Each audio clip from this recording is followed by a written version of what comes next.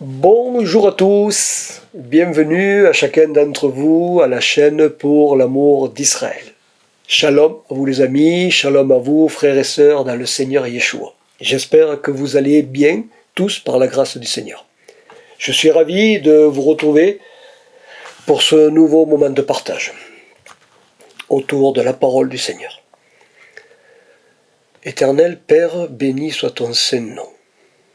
Seigneur éternel, je te prie pour que la grâce de ton Esprit Saint soit sur chacun d'entre nous tous. Seigneur éternel, que ta bénédiction, ta protection et ta bienveillance nous accompagnent tous dans le nom du Seigneur Yeshua. Amen et Amen. Les amis, frères et sœurs, nous sommes dans un temps très particulier. Nous sommes dans le temps prophétique des nations, comme annoncé dans la parole du Seigneur. Ce qui se passe actuellement est historique, c'est prophétique. Nous avons l'accomplissement des prophéties de la Bible en direct live. J'ai donné pour titre à ce message « Sommes-nous dans le temps prophétique de Gog et Magog ?» Un premier texte pour débuter ce partage dans le livre du prophète Jérémie au chapitre 49 du verset 35 au verset 39. Jérémie 49, versets 35 à 39. Ainsi parle l'Éternel des armées. Voici que je brise l'arc d'Élam, prémisse de sa vaillance. Je ferai venir sur Élam 4 vents, des 4 extrémités du ciel. Je les vannerai à tous ces vents, et il n'y aura pas une nation où n'arrivent des exilés d'Élam. Je ferai trembler les Élamites devant leurs ennemis, et devant ceux qui en veulent à leur vie.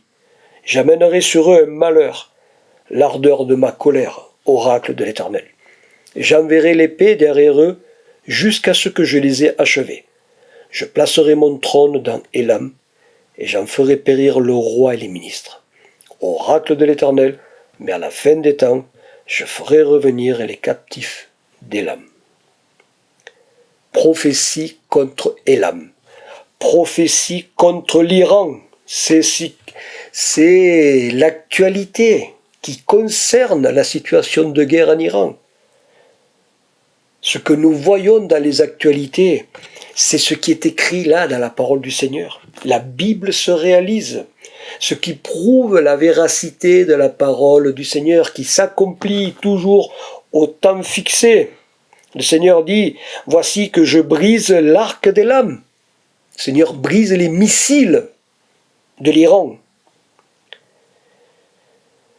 Le Seigneur dit, je ferai venir sur Élam 4 vents, la guerre. Je ferai trembler les Élamites devant leurs ennemis. Le régime iranien tremble devant les Américains et devant l'armée de Tzal, l'armée d'Israël. J'amènerai sur eux un malheur, le malheur, l'ardeur de la colère. Le Seigneur est en colère contre le régime des Mollahs. J'enverrai l'épée derrière eux, la guerre, jusqu'à ce que je les ai achevés. J'en ferai périr le roi et les ministres. L'actualité. L'ayatollah Khamenei et toute sa cour ont été éliminés. À travers l'actualité, nous voyons la parole du Seigneur s'accomplir. Une question se pose. Sommes-nous au temps prophétique de Gog et Magog ? Eh bien oui, nous sommes dans ce temps-là. Les événements se sont mis en place pour l'accomplissement des choses dernières concernant la prophétie de Gog et Magog. Ce texte de Jérémie 49 se croise avec les prophéties qui sont décrites dans le livre d'Ézéchiel, au chapitre 38 et 39, sur Gog et Magog. Ézéchiel, chapitre 38, du verset 1 au verset 6. La parole de l'Éternel me fut adressée en ces mots. Fils d'homme, tourne ta face vers Gog, au pays de Magog, vers le prince de Roche, de Méchec et de Toubal, et prophétise contre lui. Tu diras, ainsi parle le Seigneur l'Éternel. Me voici contre toi, Gog, prince de Roche, de Méchec et de Toubal. Je t'entraînerai, et je mettrai une boucle à tes mâchoires. Je te ferai sortir, toi et toute ton armée, chevaux et cavaliers, tous vêtus à la perfection, rassemblement nombreux, portant le grand et le petit bouclier, tous maniant l'épée, et avec eux ceux de Perse, d'Éthiopie et de Pout, tous portant le bouclier et le casque, Gomer et toutes ses troupes, la maison de Togarma au plus profond du nord, et toutes ses troupes, peuple nombreux qui sont avec toi. La prophétie d'Ézéchiel annonce une coalition de nations hostiles à Israël, que la Bible nomme par Gog et Magog, qui sont des noms codés. Gog est un personnage, et Magog est le territoire du personnage de Gog. La valeur numérique de Gog et Magog en hébreu donne le chiffre 70. Le chiffre 70 est à mettre en relation avec la table des nations décrite dans le livre de la Genèse au chapitre 10. Dans ce chapitre, il est fait mention des 70 descendants des fils de Noé. Les 70 descendants des fils de Noé sont à l'origine de toutes les nations du monde.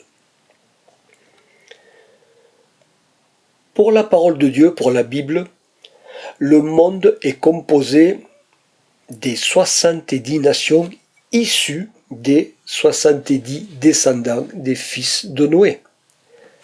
La valeur numérique de Gog et Magog, 70, représente l'ensemble des nations du monde. Ce qui signifie que la prophétie de Gog et Magog englobe tous les pays de la planète, ce qui, par conséquent, nous fait comprendre que la guerre de Gog et Magog représente la dernière guerre mondiale qui impactera l'ensemble des nations de la planète avant le retour du Seigneur Yeshua. Concernant Gog, il y a un paradoxe particulier car la valeur numérique de Gog en hébreu est 12, le chiffre 12.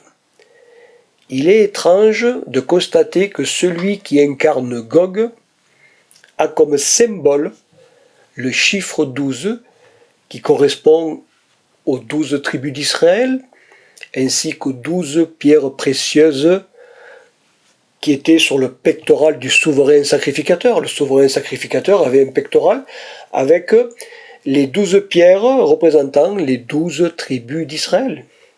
Mais il y a aussi le chiffre 12 représentant les 12 apôtres, les 12 disciples du Seigneur. Ce qui est un parallèle numérique représentant une inversion maléfique de l'ordre divin. Là où les 12 tribus d'Israël, ainsi que les 12 pierres précieuses et les 12 apôtres représentent l'unité de l'ordre divin sur terre, Gog représente celui qui unit les nations dans une tentative de briser l'ordre divin. Gog s'approprie ce qui représente le fondement, l'ordre divin. Gog se place en autorité pour défier l'ordre établi par l'Éternel. Et ce n'est pas un hasard si dans le livre d'Ézéchiel, 10 chapitres avant, il est fait mention d'un personnage, le roi de Tyr. Le roi de Tyr, chapitre 28 d'Ézéchiel, il est parlé de la chute du roi de Tyr. Ce roi de Tyr symbolise Satan. Ézéchiel 28, du verset 12 au verset 19. Fils d'homme, entonne une complainte sur le roi de Tyr, tu lui diras ainsi, parle le Seigneur l'Éternel, tu mettais le sceau à la perfection, tu étais plein de sagesse, parfait en beauté, tu étais en Éden, le jardin de Dieu, tu étais couvert de toute espèce de pierres précieuses, de sardoine, de topaze, de diamant, de chrysolite, d'onyx, de jaspe, de saphir, d'escarboucle, d'émeraude et d'or. Tes tambourins et tes flûtes étaient à ton service, préparés pour le jour où tu fus créé. Tu étais un chérubin protecteur aux ailes déployées. Je t'avais placé, et tu étais sur la sainte montagne de Dieu. Tu te promenais au milieu des pierres ardentes, et tu as été intègre dans tes voies depuis le jour où tu fus créé, jusqu'à celui où l'injustice a été trouvée chez toi. Par l'importance de ton commerce, tu as été rempli de violence et tu as péché, je t'exclus de la montagne de Dieu, je te fais disparaître, chérubin protecteur, du milieu des pierres ardentes, ton cœur est devenu arrogant à cause de ta beauté, tu as corrompu ta sagesse par ta splendeur.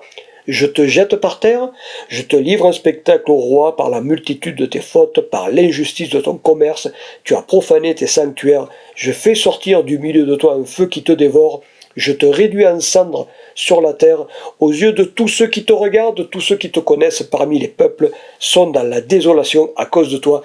Tu seras un objet d'épouvante, tu ne seras plus jamais rien. C'est la description de Satan, le diable. Tu mettais le sceau à la perfection. Tu étais en Éden, le jardin de Dieu. Tu étais couvert de toute espèce de pierres précieuses. Le texte énumère les pierres. Il y en a 9 et 10 avec l'or. Tout à l'heure, je vous disais que sur le pectoral du souverain sacrificateur, il y avait 12 pierres représentant les 12 tribus d'Israël. Là, dans le texte, Satan en a moins, il en a que 9, on peut dire 10 avec l'or. C'est pour cela que Satan veut ce qui appartient à Dieu. Il est dit qu'il se promenait au milieu des pierres ardentes, au milieu des anges. Satan a été intègre dans ses voies. Depuis le jour où il fut créé, donc le diable est une créature du Seigneur, jusqu'au jour où l'injustice a été trouvée chez lui. Le diable a péché. Le texte dit que le diable est rempli de violence. En hébreu, Hamas. On peut faire le lien avec ce qui se passe avec le Hamas. Vous voyez qui est derrière le Hamas. Satan, le diable, se dissimule. Il se cache derrière le personnage de Gog. C'est pour cela que il est mentionné là dans le chapitre 28, 10 chapitres avant le chapitre 38 qui parle de la guerre de Gog et Magog. Ce n'est pas un hasard. Gog est un code pour désigner l'adversaire de Dieu, ainsi que l'adversaire du peuple d'Israël. Gog représente Satan.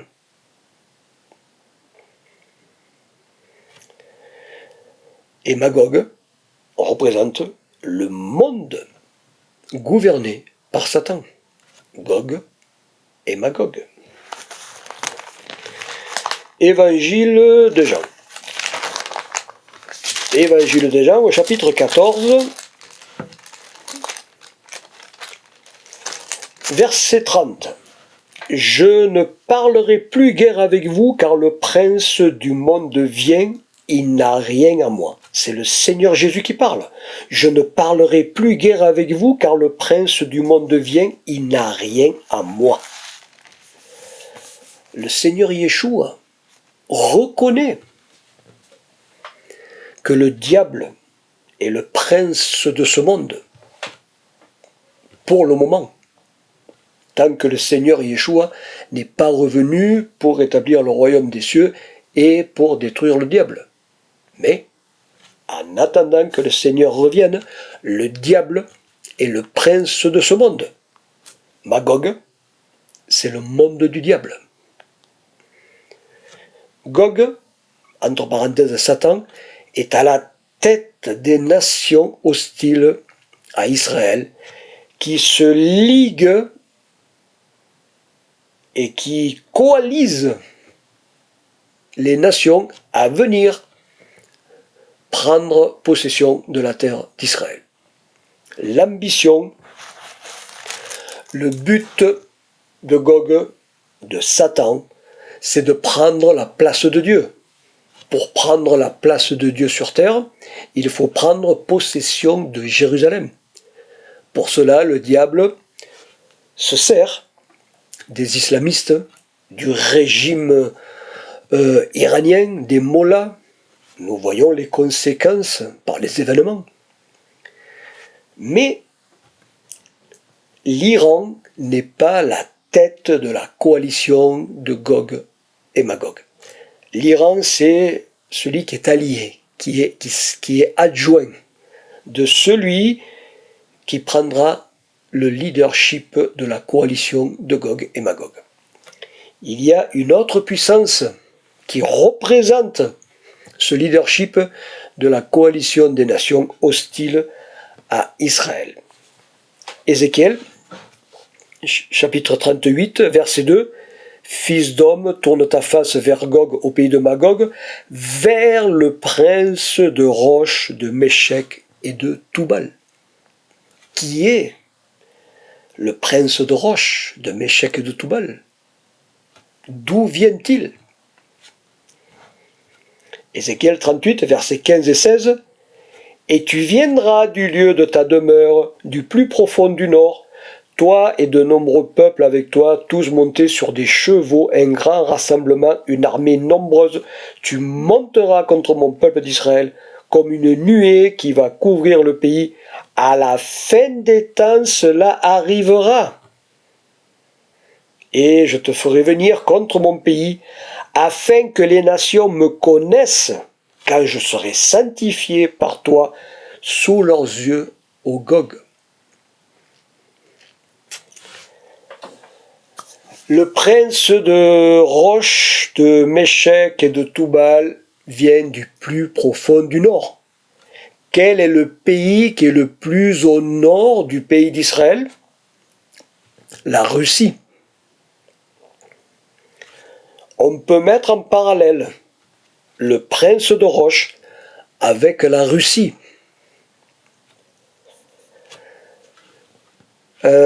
Au Xe siècle, la Russie était nommée la Russe de Kiev. L'origine de la Russie vient de là. Et c'est peut-être pour cela, et c'est peut-être ce qui a motivé le président Poutine à attaquer l'Ukraine en 2022 pour prendre ce qu'il estime être territoire russe. Le texte nous parle de Méchec et de Toubal. Méchec peut être apparenté à Moscou et Toubal ressemble à Tobolsk, une ancienne capitale sibérienne. Mais il y a aussi d'autres interprétations qui placent Méchec et Tubal en Turquie.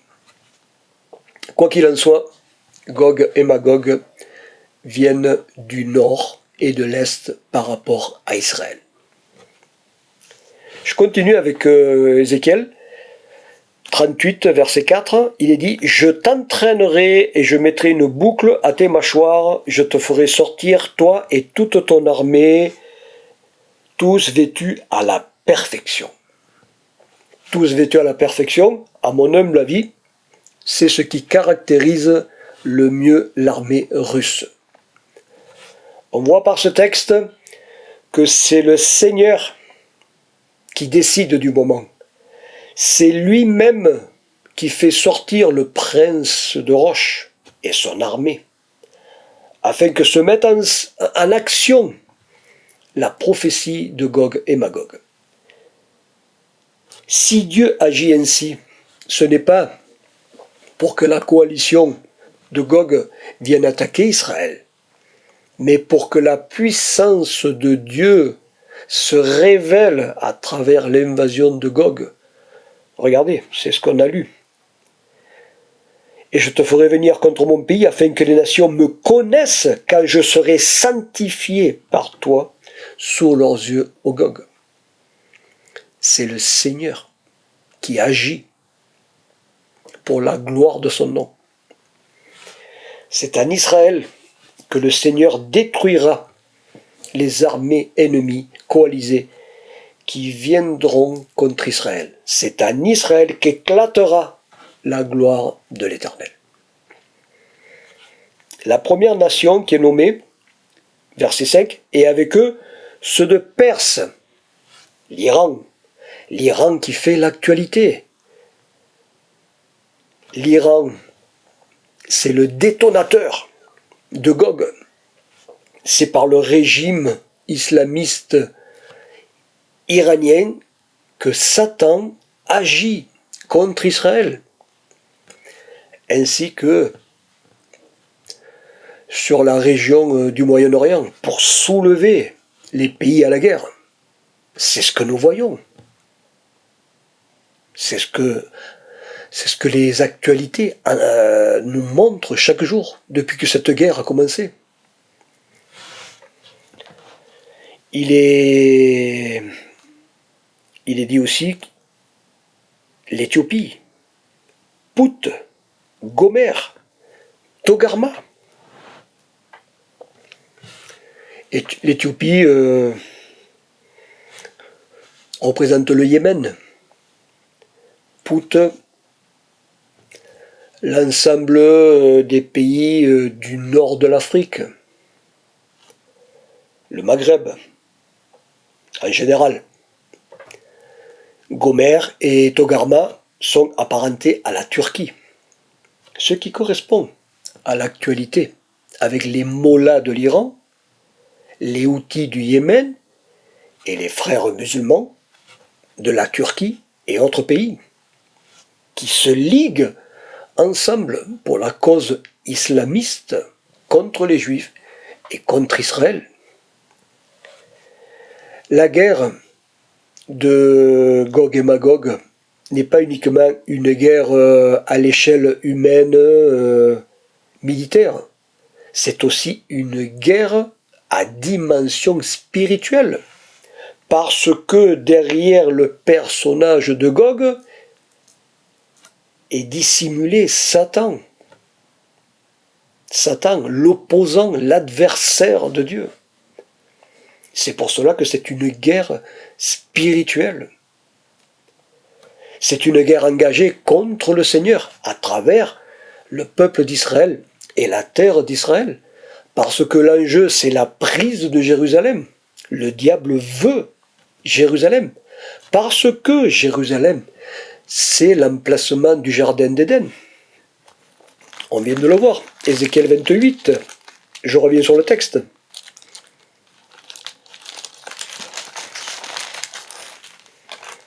Ézéchiel 28, verset 13. Tu étais en Éden, le jardin de Dieu.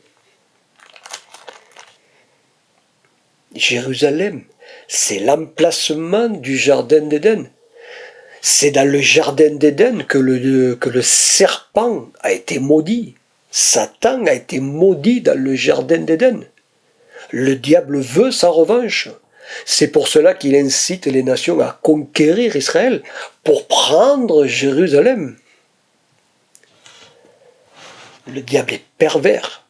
Il est sinueux comme un serpent. Il fait des tours et des détours pour séduire, pour tromper, pour égarer et faire croire que ce qu'il dit et fait est légitime.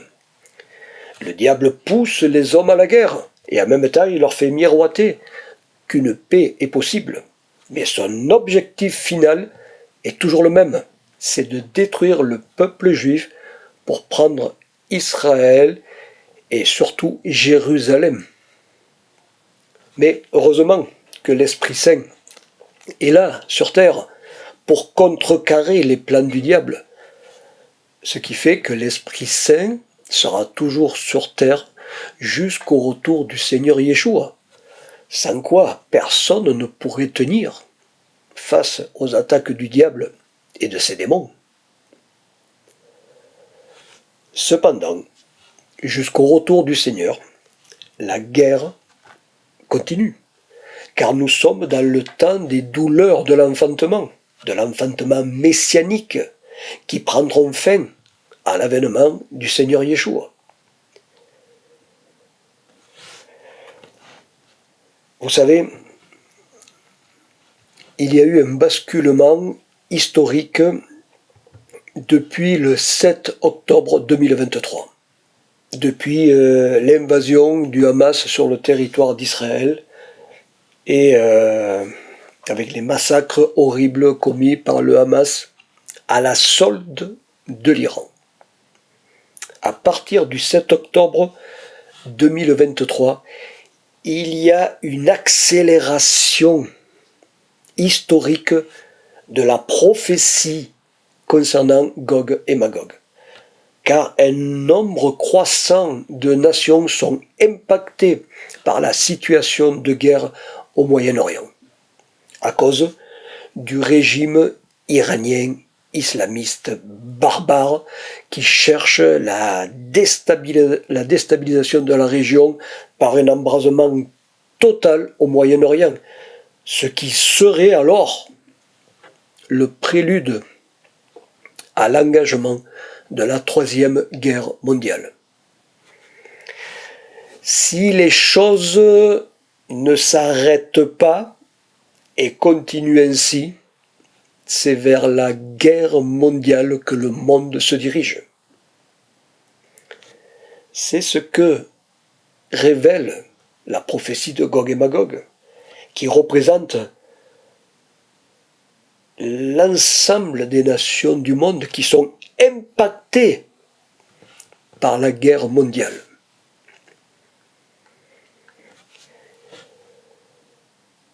Pour ma part, la prophétie de Gog et Magog s'accomplit en deux phases.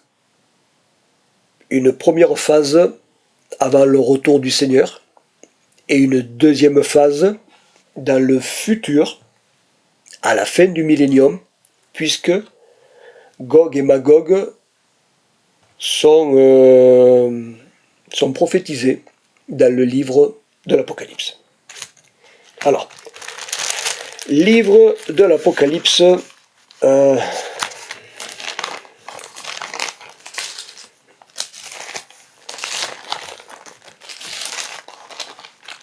Apocalypse au chapitre 20, du verset 7 au verset 10. Quand les 1000 ans seront accomplis, Satan sera relâché de sa prison et il sortira pour séduire les nations qui sont aux quatre coins de la terre, Gog et Magog, afin de les rassembler pour la guerre. Leur nombre est comme le sable de la mer. Ils montèrent à la surface de la terre et ils investirent le camp des saints et la ville bien-aimée. Mais un feu descendit du ciel et les dévora. Le diable qui les séduisit fut jeté dans les temps de feu et de soufre, où sont la bête et le faux prophète, et ils seront tourmentés jour et nuit au siècle des siècles. Certains sont d'un avis différent là-dessus et ont une autre interprétation sur Gog et Magog. Chacun est libre d'interpréter la parole du Seigneur. L'avenir révélera ce qu'il en est vraiment. Pour ma part, comme je vous l'ai dit, la guerre Gog et Magog est divisée en deux phases. Une première phase avant le retour du Seigneur et la deuxième phase après dans le royaume des cieux. Le Seigneur met en parallèle la prophétie d'Ézéchiel avec la révélation de l'Apocalypse concernant Gog et Magog. Il y a une relation de cause à effet entre, je vais le dire ainsi, entre les deux guerres de Gog et Magog, sachant que ce n'est qu'une seule guerre, une guerre qui se réalise dans ce temps-ci et dans le temps futur. Qu'est-ce qui relie la guerre de Gog et Magog mentionnée dans Ézéchiel et la guerre de Gog et Magog mentionnée dans le livre de l'Apocalypse? Eh bien, c'est le peuple du Seigneur, c'est la terre d'Israël et c'est la ville de Jérusalem. Le lien, il est là. Le peuple d'Israël, la terre d'Israël et Jérusalem. La guerre de Gog et Magog est une guerre messianique qui est nécessaire pour démontrer la souveraineté de Dieu sur l'histoire. La guerre de Gog et Magog concerne le retour du Seigneur Yeshua, ainsi que le rétablissement du royaume des cieux sur terre. Le temps dans lequel nous sommes correspond au temps de la prophétie de Gog et Magog, qui amène la guerre de Gog et Magog, qui vient de démarrer là. Même si une accalmie vient, et on l'espère, mais il n'en demeure pas moins que la guerre reprendra, parce que la prophétie doit se réaliser jusqu'à son accomplissement total. Nous sommes dans le temps de Gog et Magog. Ce qui signifie que cette prophétie de Gog et Magog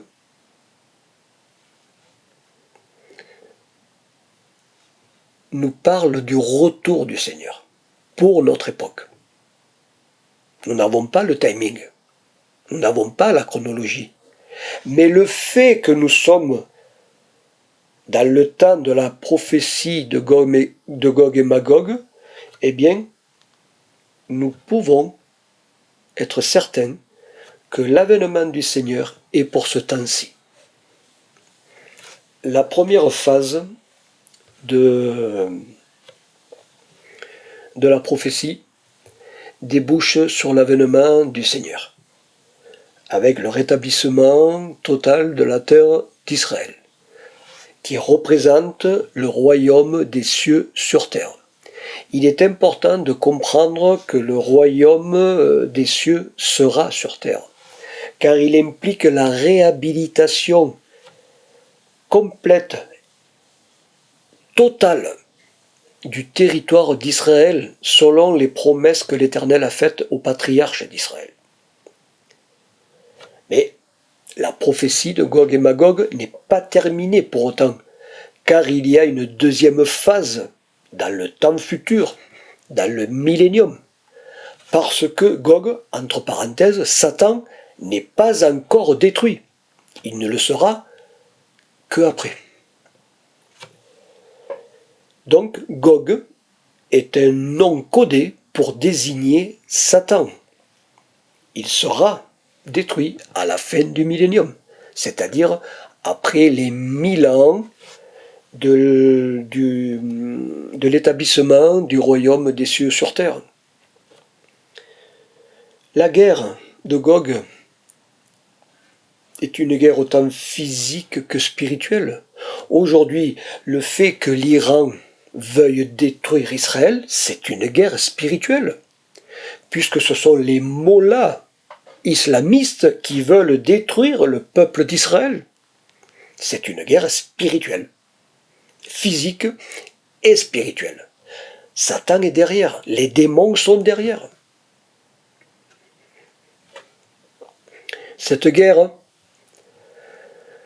sert à détruire les ennemis humains ainsi que les ennemis spirituels du peuple d'Israël, du peuple du Seigneur.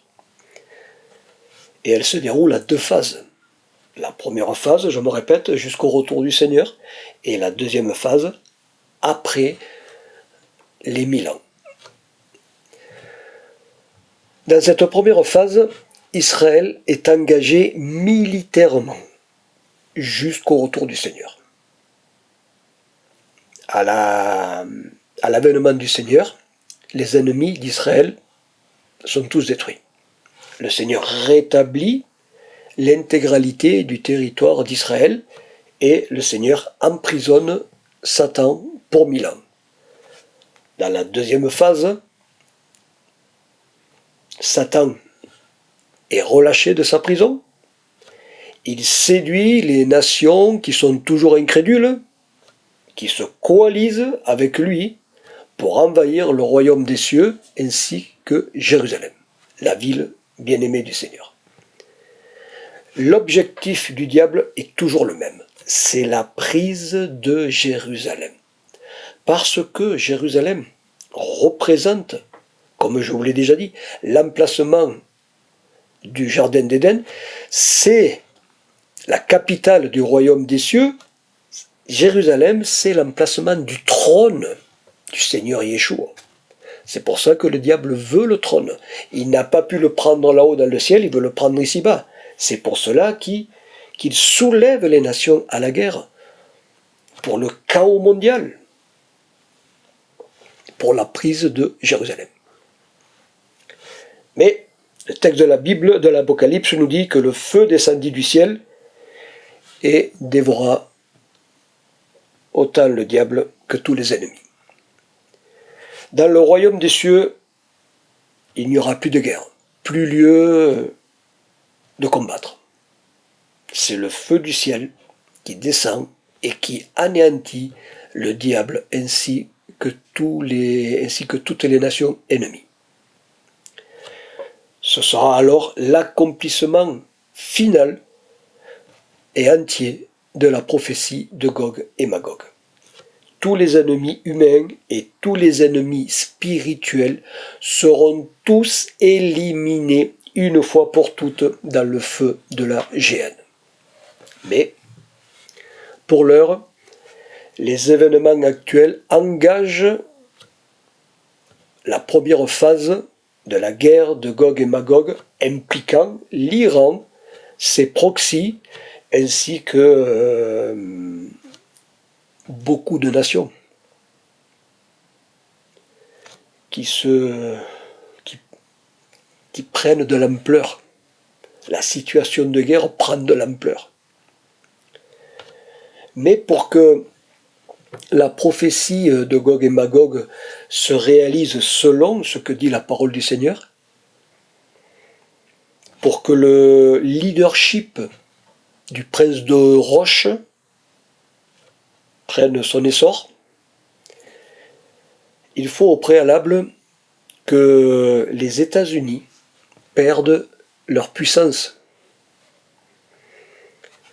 Je reviens sur le livre d'Ézéchiel. Ézéchiel, chapitre 38,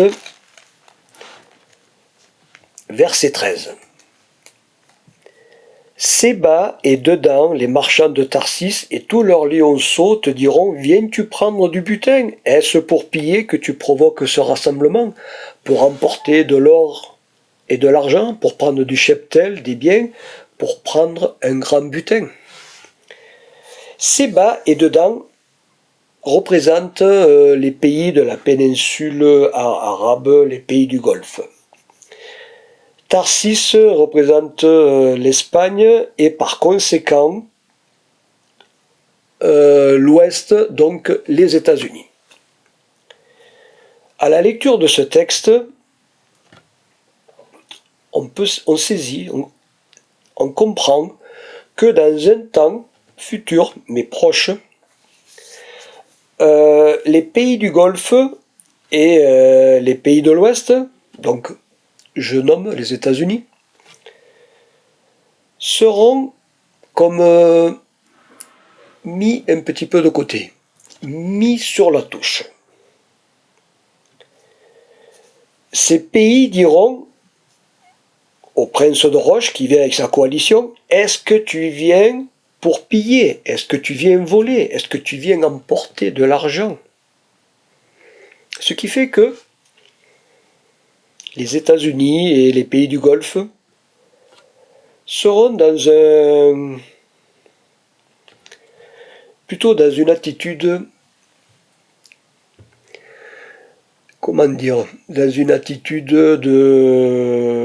économique, financière, plutôt portée dans ce sens-là, à rechercher le côté protection de richesse, voilà.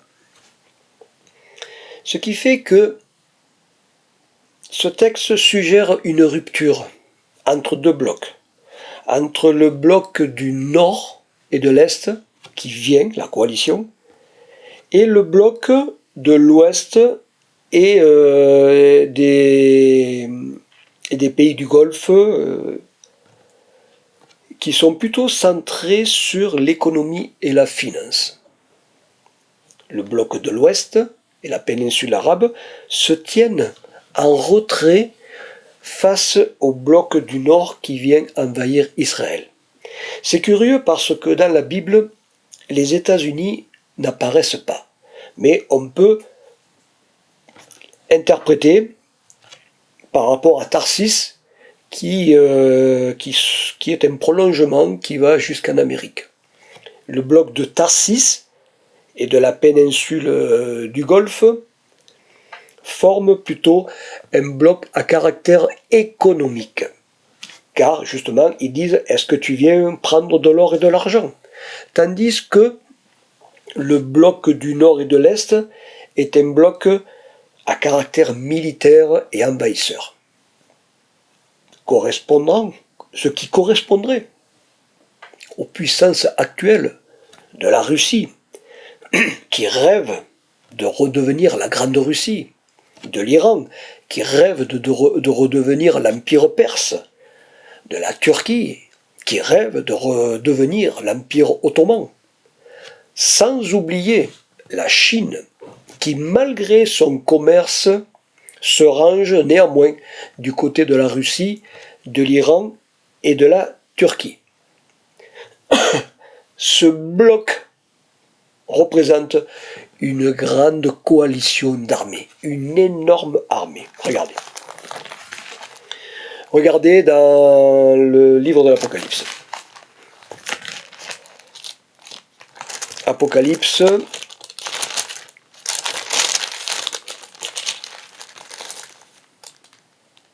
Apocalypse chapitre 9, verset 16. Il est dit, le nombre des combattants de la cavalerie était de 2 myriades. J'en entendis le nombre, ce qui équivaut à 200 millions de combattants. Les États-Unis n'ont pas 200 millions de combattants, ni l'Europe.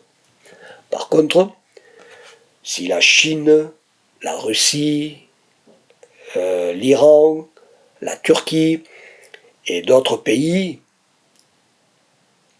s'unissent, là, oui, il y aura 200 millions de combattants. 200 millions de combattants qui viendront du nord-est par rapport à Israël en passant par le fleuve de l'Euphrate pour envahir le territoire d'Israël. Pour que cela se réalise, il faut que la puissance militaire, politique et économique des États-Unis s'affaiblisse. Est-ce que ce sera pendant cette guerre avec l'Iran? Point d'interrogation. Ou quand Donald Trump ne sera plus là. Pour l'instant, c'est difficile à dire, car les États-Unis sont puissants. Mais une chose est certaine, il faut que les États-Unis perdent leur puissance, leur leadership, pour que la coalition de Gog et Magog dégage toute sa puissance d'envahissement, sachant que le danger et la menace viennent du nord et de l'est contre Israël. C'est ce que confirme la parole du Seigneur.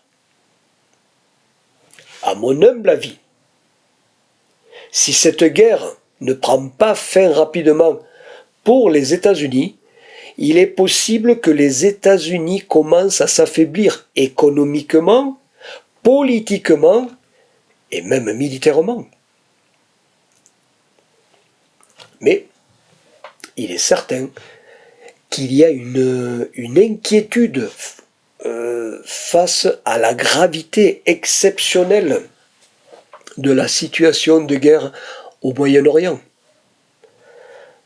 Pour l'instant, les grandes puissances évitent le face-à-face, mais il n'en demeure pas moins que le monde subit déjà une guerre internationale hybride. Beaucoup de nations sont impactées par cette guerre. Israël, États-Unis contre l'Iran. Et l'Iran qui bombarde tout azimut. Pour déclencher un chaos régional. Et voire plus, le chaos mondial. C'est la prophétie de Gog et Magog qui est en marche. Même si les grandes puissances hésitent encore à s'affronter. Le texte d'Ézéchiel, je reviens sur le texte d'Ézéchiel. Ézéchiel 38, verset 4, il est dit « Je t'entraînerai, et je mettrai une boucle à tes mâchoires, je te ferai sortir, toi et toute ton armée. » Je vais vous dire. Je vais vous dire ce que je pense, puisque je l'ai déjà dit. Le Seigneur a déjà fait sortir le prince de Roche, la Russie, depuis l'invasion de l'Ukraine en février 2022. Cela fait 4 ans que le processus de Gog et Magog est enclenché. Dans l'une de mes premières vidéos, j'avais dit que l'invasion de l'Ukraine par la Russie était le prélude à la prophétie de Gog et Magog. Et que la guerre Russie-Ukraine ne s'arrêterait pas, mais continuerait jusqu'à la fin. Triste est de constater que la guerre continue à évoluer dans ce sens. Mais les événements se sont hâtés. La prophétie s'est accélérée et a pris une autre dimension après le 7 octobre 2023, qui fut le point de basculement de l'accélération de la prophétie de Gog et Magog, avec pour conséquence la situation actuelle au Moyen-Orient, puisque le Moyen-Orient est en train de s'embraser. Et ce n'est pas fini. Ce n'est pas fini, puisque la prophétie de Gog et Magog doit aboutir à l'avènement du Seigneur Yeshua. Ce qui fait que la guerre va continuer. Même si une accalmie arrive dans quelques jours, la guerre continuera. Parce que la prophétie ne peut plus s'arrêter. Nous sommes dans les douleurs de l'enfantement. On ne peut pas arrêter l'événement qui arrive. Puisque l'événement qui arrive, c'est le retour du roi des rois et du seigneur des seigneurs, Yeshua. On ne peut pas l'arrêter.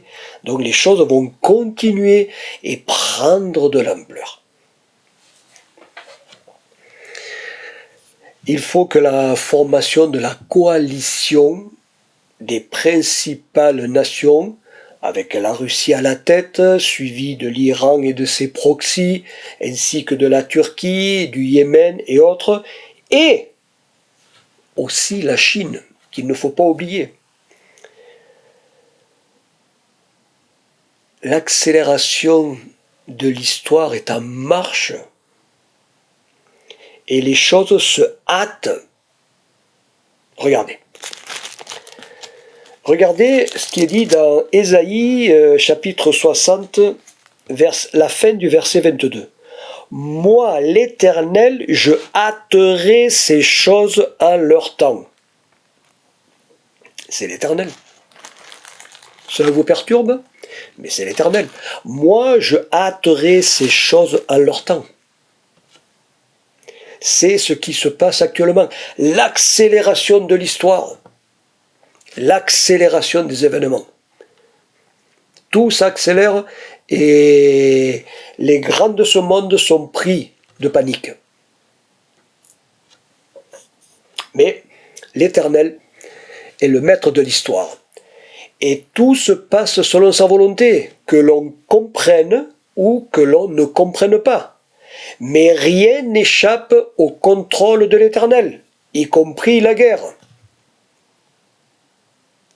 Cependant, il faut prendre conscience que nous sommes entrés dans le temps prophétique de l'accélération de Gog et Magog qui débouchera sur le retour du Seigneur Yeshua. Beaucoup de choses doivent encore arriver, comme l'alliance de paix entre Israël et l'Antichrist, suivi de la grande tribulation, suivi des plaies et des fléaux qui doivent s'abattre sur terre. Mais tout cela s'imbrique dans le temps de la prophétie de Gog et Magog. La parole du Seigneur ne donne pas la chronologie du temps, la durée des choses. On ne sait pas le temps que va durer Gog et Magog. On a une idée, puisque c'est dans ce temps-ci et on le retrouve après dans le royaume des cieux, après le millénium. On n'a pas la chronologie du déversement des 7 dernières coupes décrites dans le livre de l'Apocalypse, mais tout est lié ensemble et les événements vont dans tous les sens pour que personne ne sache vraiment quand auront lieu ces choses, pour que chacun veille et soit attentif. Regardez le livre de l'Apocalypse au chapitre 16, verset 15. Il est dit « Voici, je viens comme un voleur. Heureux celui qui veille et garde ses vêtements afin qu'il ne marche pas nu et qu'on ne voit pas sa honte. Heureux celui qui veille. » Il n'est pas dit « heureux celui qui sait le jour et l'heure ». Non, puisque personne ne le sait. On ne peut que constater dans quel temps nous sommes. Ce n'est que par les événements, par l'actualité des événements, que l'on peut comprendre où on en est par rapport aux prophéties. D'où le fait d'être attentif aux événements, sachant que la parole du Seigneur met toujours en relation, en parallèle, les événements du passé avec les événements du futur. Regardez. Dans l'évangile de Matthieu, Matthieu au chapitre 24, du verset 36 au verset 39, le Seigneur dit « Pour ce qui est du jour et de l'heure, personne ne les connaît, ni les anges de Dieu, ni le Fils, mais le Père seul. » Alors au jour de Noé, comme au jour de Noé, ainsi en sera-t-il à l'avènement du Fils de l'homme. Car dans les jours qui précédèrent le déluge, les hommes mangeaient, buvaient, se mariaient et mariaient leurs enfants jusqu'au jour où Noé entra dans l'arche, et ils ne se doutèrent de rien, jusqu'à ce que le déluge vienne et les emporte tous. Il en sera de même à l'avènement du Fils de l'homme. Notre époque ressemble à l'époque d'avant le déluge, au temps de Noé. La guerre a surpris tout le monde et ils ne se doutèrent de rien. Les grands dirigeants de la planète ont été surpris, à part Israël bien sûr, et les États-Unis, mais le reste ont été surpris. Ils ne comprennent pas pourquoi cette guerre. Mais elle est écrite dans la parole de Dieu. La guerre a surpris tout le monde, sauf ceux qui sont attentifs.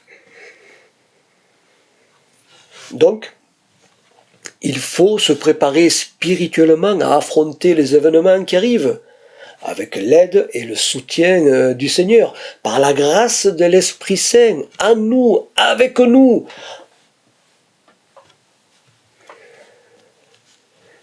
Nous devons être et rester fidèles au Seigneur Yeshua, fidèles à sa parole, sans se décourager, sans oublier que le Seigneur est au contrôle de tout.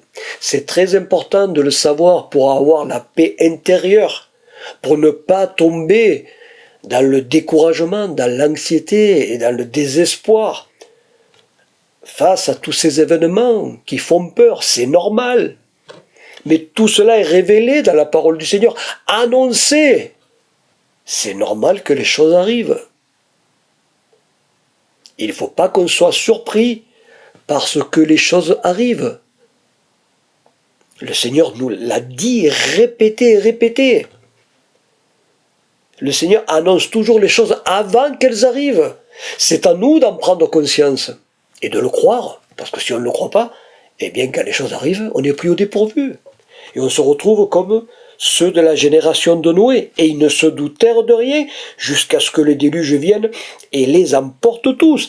Il en sera de même à l'avènement du Fils de l'homme. Nous sommes au temps de l'avènement du Fils de l'homme, du Seigneur Yeshua, puisque la guerre de la prophétie de Gog et Magog est engagée, donc la guerre de Gog et Magog est engagée également. Et cette guerre débouche sur l'avènement du Seigneur. Nous sommes dans le temps de Gog et Magog. Il faut en prendre conscience. Oui, nous y sommes, sachant que c'est le temps de l'enfantement. Les douleurs viennent au fur et à mesure, en augmentant en intensité, à l'approche de l'avènement du Seigneur qui arrive. Le processus de Gog et Magog met en route les douleurs de l'enfantement messianique. Israël vit les douleurs de l'enfantement messianique, vu que c'est particulièrement Israël qui est concerné par la guerre de Gog et Magog, à travers l'Iran, à travers tous les proxys de l'Iran, à travers le Hamas, à travers le Hezbollah, à travers tous les islamistes et antisémites qui veulent détruire le peuple juif et Israël. Israël vit les douleurs de l'enfantement. Et cette guerre de Gog et Magog qui est là devant nos yeux prendra une ampleur mondiale au fur et à mesure de l'approche du temps de la venue du Seigneur Yeshua, ce qui aura pour conséquence le déversement total des coupes qui sont décrites dans le livre de l'Apocalypse. Mais nous voyons déjà les fléaux et les plaies qui tombent sur terre par les catastrophes naturelles, le dérèglement climatique, le déplacement des populations, les persécutions, l'antisémitisme, la haine, la violence, les guerres, les famines qui vont venir avec, la perversion, l'apostasie, le désordre. Tout cela fait partie des plaies et des fléaux. Oui les amis, frères et sœurs, nous sommes dans le temps de la prophétie de Gog et Magog. Ce temps-là, il est là, bien présent. L'actualité le confirme. Gog et Magog signifie que l'avènement du Seigneur est en approche. Tout est en ébullition. Parce que le Seigneur approche, le diable est en colère, il est plein de fureur, sachant qu'il a peu de temps. Parce que lui aussi sait que le Seigneur Yeshua arrive, il sait que son temps est compté. C'est pour ça qu'il déverse toute sa fureur, il soulève les nations à se mettre en guerre, à se liguer ensemble, à venir contre Israël. Pour l'instant, les États-Unis, Dieu merci, se tiennent du côté d'Israël, mais il arrivera un moment où les États-Unis lâcheront Israël, puisqu'on vient de le voir dans la prophétie d'Ézéchiel 38. les lionceaux qui disent « Viens-tu prendre du butin ? Viens-tu emporter de l'argent ?» Il viendra un moment donné où les États-Unis seront mis de côté. Leur seul souci sera l'économie. Et ils se tiendront en retrait. Ce qui fait que la coalition du Nord déferlera sur Israël. Et là, Israël sera seul. Seule l'intervention du Seigneur sauvera le peuple d'Israël. Et nous sommes entrés dans ce temps-là, et il faut le savoir. Alors, c'est vrai que la guerre n'est pas agréable, c'est pas quelque chose à désirer, mais malheureusement elle est là. Les tensions de guerre sont là, l'angoisse est là aussi, l'anxiété est là, mais le Seigneur nous a laissé dans sa parole. Il dit, quand vous verrez ces choses arriver, relevez votre tête. Le Seigneur nous demande de relever la tête et de ne pas être dans la morosité, dans le désespoir, dans l'angoisse, dans l'anxiété. Non, le Seigneur veut un peuple debout, comme un lion. C'est pour ça qu'Israël a nommé cette guerre, je sais plus, bon, je sais qu'il y a le lion dedans. Le rugissement de lion, peut-être je ne m'en souviens plus. Bon, vous me direz. Mais voilà, quoi qu'il en soit, le Seigneur veut qu'on soit des lions. Il veut qu'on se lève, qu'on ait le courage de se lever, qu'on soit fortifié dans le Seigneur qui arrive pour notre délivrance, pour la délivrance d'Israël et pour la délivrance de tous ses rachetés. Le Seigneur vient bientôt.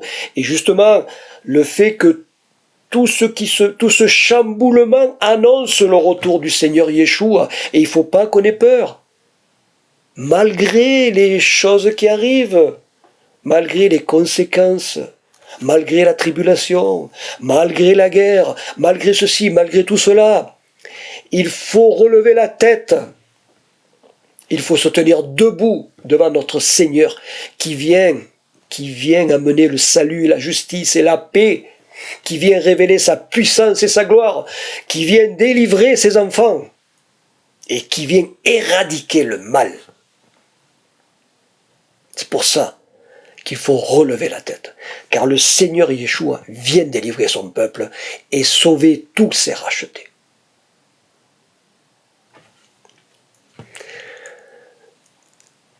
Que l'Éternel bénisse, garde et protège tout Israël dans ce temps difficile de guerre.